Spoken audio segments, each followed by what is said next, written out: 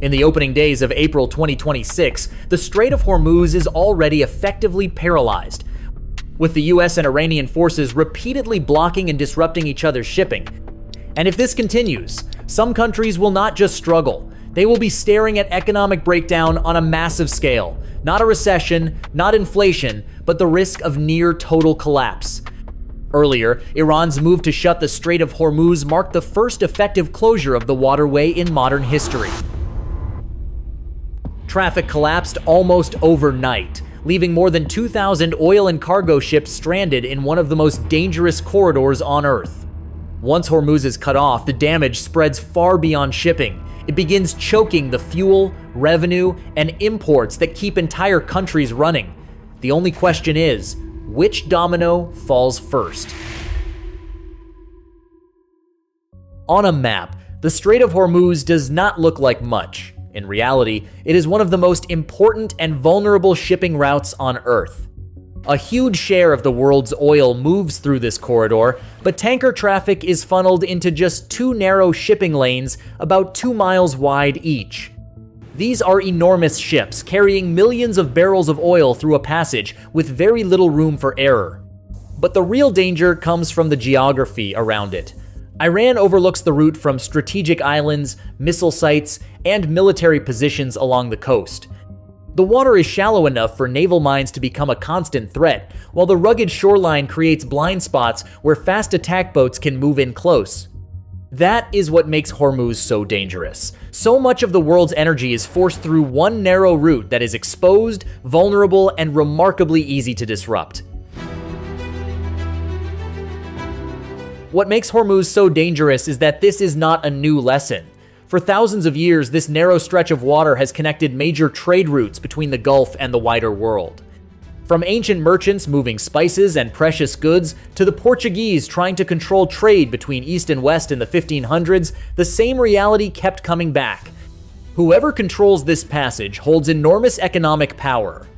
That pressure returned again in the 1980s during the tanker war, when attacks on commercial shipping sent insurance costs soaring and shook energy markets around the world. And that is what makes the current crisis so serious. Even after centuries of conflict around Hormuz, powers have usually stopped short of fully closing it because the damage would not stay local. Once this route is threatened, the shock spreads far beyond the Gulf. Start with Qatar. Think of this country as a giant vault of natural gas, but Hormuz is the main exit. In March 2026, missiles blew up Ras Laffan, the beating heart of their LNG empire. Here is why the damage is so brutal. This plant will take 3 to 5 years to repair. That means Qatar is looking at an estimated $20 billion in evaporating revenue every single year during that time. A 17% drop in Qatar's LNG export capacity is not just a worldwide gas shortage. For Qatar, it is a crippling blow to their biggest money printer for years to come. Now move to Iraq and Kuwait. Imagine 90% of your national budget coming from a single source, crude oil exports. And almost all of that oil has to pass through one specific sea route. That is Iraq's reality. If Hormuz stays blocked, those supertankers cannot set sail, which means the massive cash flow that keeps the government running is stopped dead at the port. Even with financial reserves, fast forward about 60 days, the government will start running out of cash to pay public workers, and the budget for importing food will hit rock bottom. It is a chilling countdown to severe social unrest. Next, we have Oman. The media loves to call them the Switzerland of the Middle East, the neutral peacemakers trying to get everyone to put their weapons down. Few people realize that the southern edge of the Hormuz choke point runs through Omani waters, so despite trying to stay out of the conflict, Oman cannot avoid the crossfire. Part of the danger is that Duqm and Salalah are not just commercial ports, they are also tied to US military access, making them easier for Tehran to see as part of the wider American network. Iranian drones have already targeted both, threatening the stable environment Oman's economy depends on. That makes any attack there even more damaging, because once Hormuz is disrupted, instability at major Omani ports becomes far more costly. If their infrastructure keeps getting hit, foreign investment will flee, dragging them into a crisis they have spent decades trying to avoid. If anyone thinks the trouble stays in the Middle East, look at Asia. This region is the final destination for 85% of the oil flowing through Hormuz. First, consider Pakistan and Bangladesh. Average families here do not care about the geopolitical games of superpowers. They are just trying to put dinner on the table. Pakistan gets 99% of its LNG imports through Hormuz, and Bangladesh relies on it for 72%. The moment that supply chain breaks, their domestic fertilizer plants are forced to shut down. A lack of fertilizer right in the middle of planting season means crop yields will dive. Food prices are spiking by the week, suffocating household budgets that are already stretched thin. Hunger and food inflation are not just forecasts on the evening news anymore. They are directly eating away at the daily meals of millions of people right now. Then we have the world's three biggest manufacturing engines: China, Japan, and South Korea. These nations have massive strategic oil reserves, but there is a catch. A reserve is just a backup generator. It is meant to keep the lights on, not to run the world's largest mega factories at full speed. To make those reserves last, these countries will have to scale back production almost immediately. This means the global supply chain for your phone, your car parts, and your clothes starts grinding to a halt long before the oil actually runs out. The real wild card, however, is India, a factor people often miss: refining. India is a global hub for turning raw crude oil into the diesel and jet fuel that the rest of the world, especially Europe, depends on. If India's massive refineries starve for crude, they stop exporting. Suddenly, Europe is not just looking at a gas problem. They are looking at a total logistics meltdown as their trucks and planes run out of fuel.